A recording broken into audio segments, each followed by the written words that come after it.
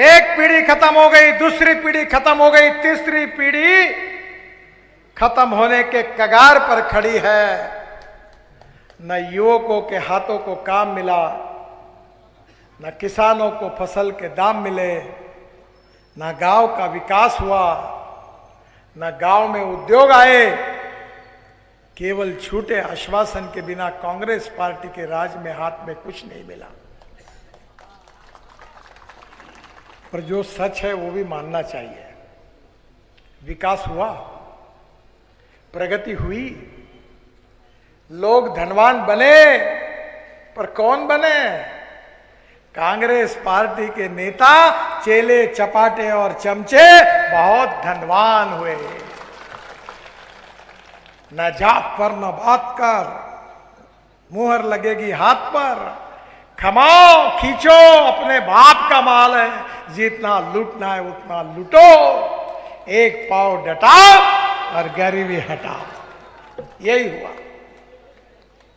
मैं पूछना चाहता हूं, पहले बहुत संसर आता था, ये रोड पर इतना अतिक्रमण था, गाड़ी खड़े करने के लिए जगह नहीं थी। जो ब्रिज से मैं आया वो ब्रिज टूट गया था, 15 साल हुए होंगे, 20 साल।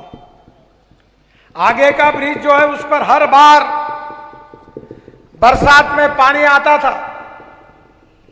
कमलनाथ जी मंत्री थे, नहीं हो पाया। जब भारतीय जनता पार्टी की सरकार आई, अब रोड कैसे बने हैं, अब पैसा कैसे आया है, अब गड्ढे कहां चले गए।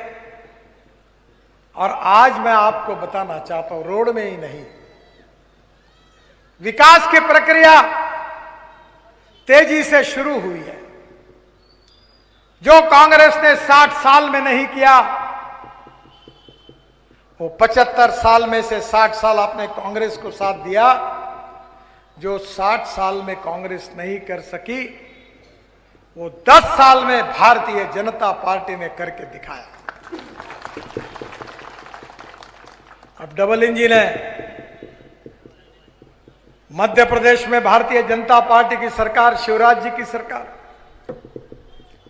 दिल्ली में मोदी जी की सरकार। अब चिंता मत करिए, संसर तो पूरा महाराष्ट्र में ये लगभग है, तो अब तीसरा इंजन नागपुर से भी लग जाएगा, तो ट्रिपल इंजन की गाड़ी चलेगी। मैं ये दावा विश्वास दिलाता हूं कि संसर के विकास में नाना भाऊ को मैं दत्तक ले लूंगा और संसर का विकास करके दूंगा। जब भी नाना भाऊ मेरे पास कोई काम लेकर आते तो पूछ लीजिए उनको कि आज तक उन्होंने बोला और मैंने नहीं किया, ऐसा एक भी काम नहीं है।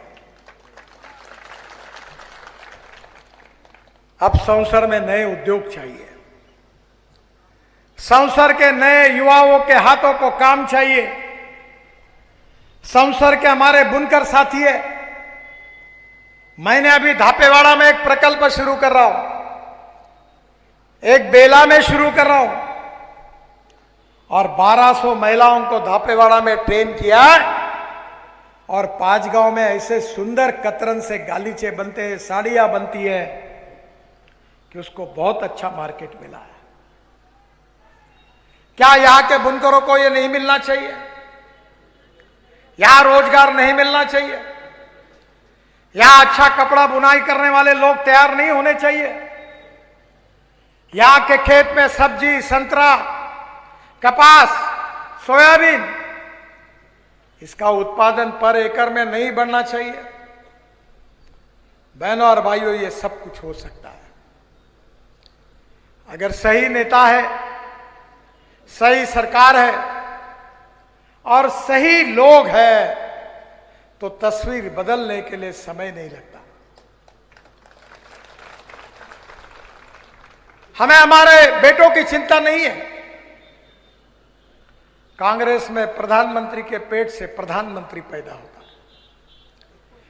खासदार एमपी के पेट से एमपी पैदा होता है, एमएलए के पेट से एमएलए पैदा होता है, जिला पंचायत, पंचायत समिति, नगर सेवक, उसी के लड़के को टिकट मिलता है। एक कांग्रेस का कार्यकर्ता मेरे पास आया और बेचारा बहुत गंभीरता से मुझे पूछने लगा कि सब टिकट इनके मां बेटों को मिल जाएंगी तो मैं क्या करूं? मैंने कहा चुनाव चिन्ह घंटा हाथ में ले और बजाने का काम करते हैं, क्योंकि दूसरा है ही नहीं कुछ। पर भारतीय जनता पार्टी एक कार्यकर्ताओं की पार्टी है। मैं नागपुर में पोस्टर चिपकाता था, काले दीवार पर चूना मारता था। मेरी मां एमएलए नहीं थी, मेरे पिता एमपी नहीं थे, मुझे दिल्ली मालूम नहीं थी, दिल्ली के रोड मालूम नहीं थे, मैंने अपना बायोडाटा छपाया नहीं था। पर देखो ये पार्टी और कांग्रेस पार्टी में क्या फर्क है। जिस पार्टी में अटल बिहारी वाजपेयी जिस कुर्सी पर बैठे, उसी कुर्सी पर बैठने का सौभाग्य मुझे मिला, क्योंकि ये कार्यकर्ताओं की पार्टी है। ये पिता पुत्रों की पार्टी नहीं है, ये मां बेटों की पार्टी नहीं है, ये पैसे देकर राजनीति करने वाले धनवानों की पार्टी नहीं है, तो ये नितिन गडकरी और नाना मोहोड जैसे कार्यकर्ता की पार्टी है। और इसलिए मैं आपको यह कहने के लिए आया हूं कि नाना भाव ने ईमानदारी से मंत्री थे तब, नहीं थे तब, चुन कर दिया तब, और नहीं दिया तब भी इस क्षेत्र के लोगों की सेवा की है। इस क्षेत्र के लोगों की समस्याओं को सुलझाने का काम किया है। जमीन पर चलने वाला कार्यकर्ता कोई है तो उसका नाम नाना भाऊ है। ये एमएलए लगते ही नहीं, मंत्री भी लगते ही नहीं, साला मैं तो साहब बन गया, साहब बनकर कैसा तन गया, ये मेरा रूप मेरा देखो, ये मेरा चेहरा देखो, मैं कैसा तन गया। कुछ भी नहीं है। कोई भी आता है नाना वो चल गया उधर, क्योंकि कार्यकर्ता है। आधी रात पर आप क्या कोई संकट आएगा तो दौड़ कर आने वाला विधायक कोई है तो उसका नाम नाना भाऊ है। और इसलिए मैं आपको प्रार्थना करने के लिए आया हूं कि मध्य प्रदेश के जनता के भविष्य का फैसला 17 तारीख को होने वाला है। यह फैसला आपको लेना है और आपके विकास के लिए, आपके भविष्य को सुधारने के लिए, सौसर का विकास करने के लिए, मध्य प्रदेश में डबल इंजन और सौसर में ट्रिपल इंजन लगाकर विकास की बुलेट ट्रेन को भगाना है।